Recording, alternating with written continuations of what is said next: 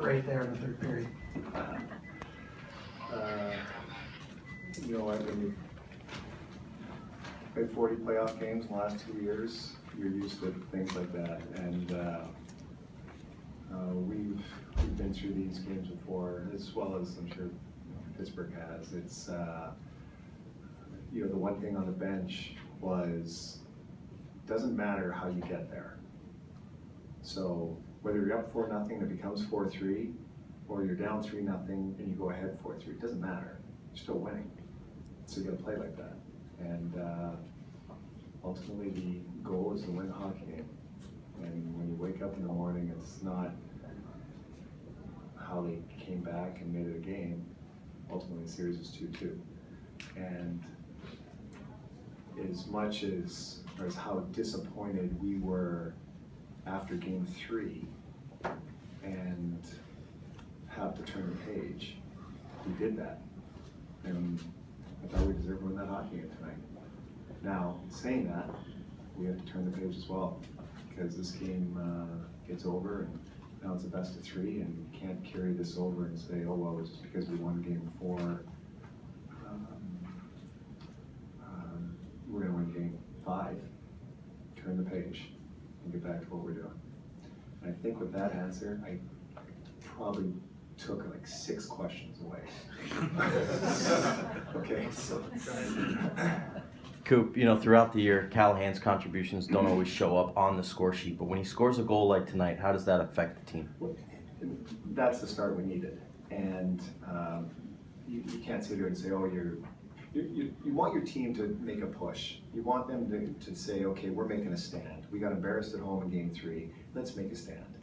And you can't ask for anything more than Callahan scoring the first shift. At 27 seconds in, everybody, I don't think anybody had sat down yet, and they didn't need to. And you could just, the energy in the building after we scored, it just pushed us, and we carried that through. But you can't say enough about Ryan Callahan and his positive effect on our team.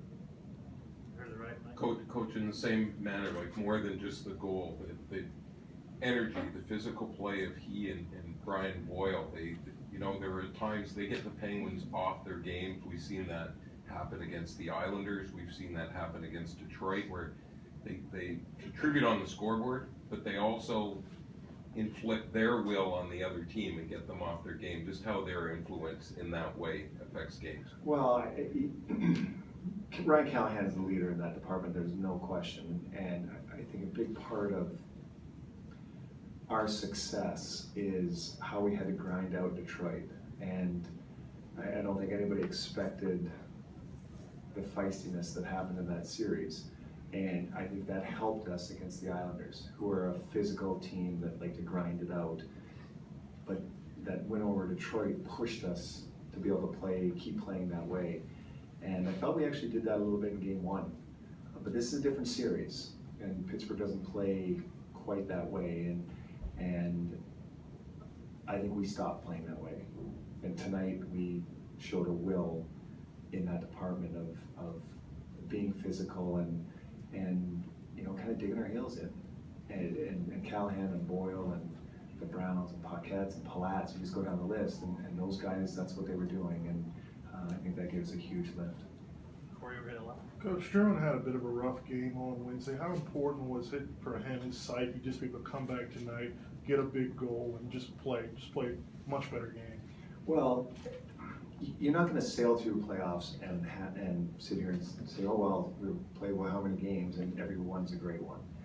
He's still a young player, and the one thing is, you got to trust your players, and Joe has earned trust, and so if he made a mistake 200 feet from his net that ended up in our net, but there was a whole bunch of mistakes that happened, but it wasn't a situation, well, we're going to sit players for that. All our guys, this is a team sport, and we're a team, and we're going to win as a team. And guys make mistakes all the time, but Jonathan's done way more positive than he has negative, and there was not a chance we're going to sit him down or anybody down because they make 1 or 2 mistakes in a game. And that he's mentally tough, and he's proven that throughout this whole year and now into the playoffs. And again, you can't sit here and pinpoint one specific reason why we're sitting here in the conference final 2-2, but I'll tell you, Jonathan Drouin's had a big part of that. I read the right here. John, you moved his line